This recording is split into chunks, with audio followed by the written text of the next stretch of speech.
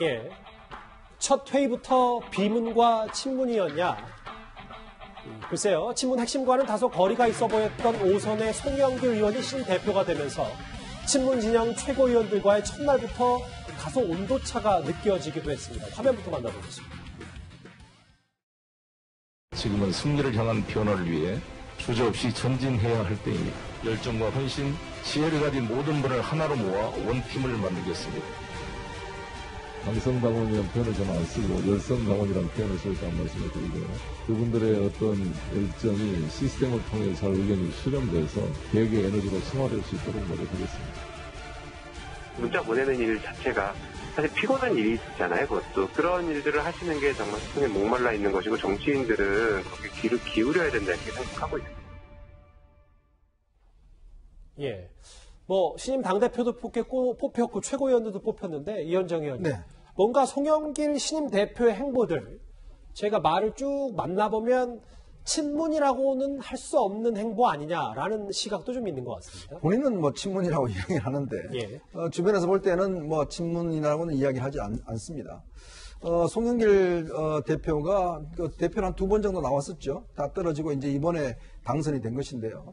이렇게 송영길 대표가 된 것은 어떻든 간에 4.7 재보궐선거에 따른 당내의 어떤 민심의 변화가 있는 것은 분명하게 보여집니다. 또 한편으로 보면 이번 같은 경우는 이제 후보가 3명이 나왔잖아요. 그렇죠. 그나마 3명이 다 표를 이제 갈라서 갔어요. 이제 그러다 보니 이제 3자 구도에서 또 혜택을 누린 바도 있습니다. 결국은 또 지금 홍영표 후보라든지 또 이제 우원식 후보라 이 후보가 합치면 거의 60%가 넘거든요.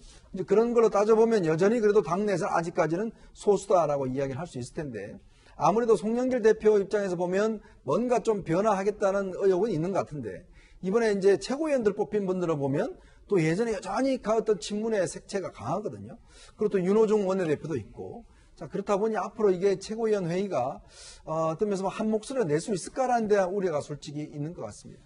오늘 말 중에 아들이 여당은 세월호만 챙긴다고 하더라도 박정희 전 대통령의 헌신을 기억한다. 뭐 이런 말들 때문인지 몰라도 앞서 자막에 나갔는데 여당 일부 내에서는 아니 송영길 대표가 야당 대표냐 이런 반발 목소리도 좀 있었다면서요? 네, 제가 더불어민주당 당원 게시판 여론을 한번 확인해 봤는데 강성 당원들 또 권리 당원들 같은 경우는 송영길 대표를 향해서 첫 행보부터 어떻게 박정희 전 대통령, 이승만 전 대통령 묘역을 참배할 수 있냐면서 야당 대표냐고 비판을 하고 있습니다. 그리고 이 송영길 대표가 본인 아들 이야기를 하면서 민주당이 제복 입은 사람들의 희생에는 헌신에는 소홀했던 것 아니냐. 세월호는 그렇게 챙기면서라는 발언을 했는데 그걸 놓고도 보수정부에서 세월호를 바라보는 시각과 똑같다고 비판의 목소리가 벌써 높아지고 있어요. 전 이제 시작이라고 생각을 합니다. 과거 문재인 대통령도 사실 박정희 전 대통령 묘역 참배했던 적이 있습니다. 그때도 일부 비판이 있었지만 문재인 대통령 같은 경우는 민주당 내부에서 확실한 주류의 이 지배력을 가지고 있었기 때문에 큰 문제 없이 넘어갔었죠.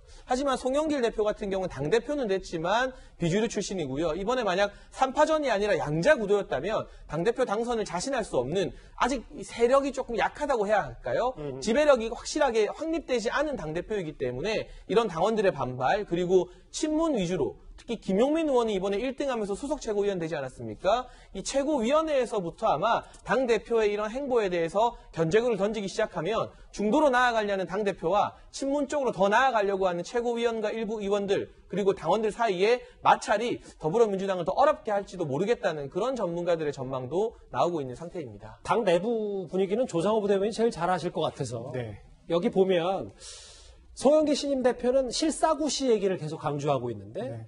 최고위원 1위였던 김용민 의원은 검찰개혁, 언론개혁 얘기를 하고 있고 좀 온도차가 다른 걸 아니냐는 지적에 당 내부는 어떻게 받아들이고 있습니까? 일단은 그 개혁, 이른바 개혁 법안에 대해서 그 이제 이른바 권력기관 개혁인데요.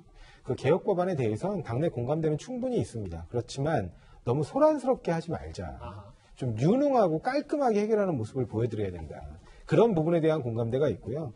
그 다음에 그 외에도 코로나19로 지금 그 민생이 굉장히 힘듭니다. 예. 그래서 이 민생에 대한 어떤 그 확실한 구제책이라든가 대책, 그 다음에 부동산 문제로 굉장히 정부 여당이 여러 어려움에 봉착했지 않습니까? 그래서 그런 부분에 대한 국민 여러분이 체감할 수 있는 알겠습니다. 정책을 내놔야 된다. 이런 부분이 굉장히 중요하게 지금 받아들여지고 있습니다. 신임 여당 대표의 첫 일성 얘기까지 정리를 해봤습니다. 뉴스타파 이제 마지막 주제가 기다리고 있습니다.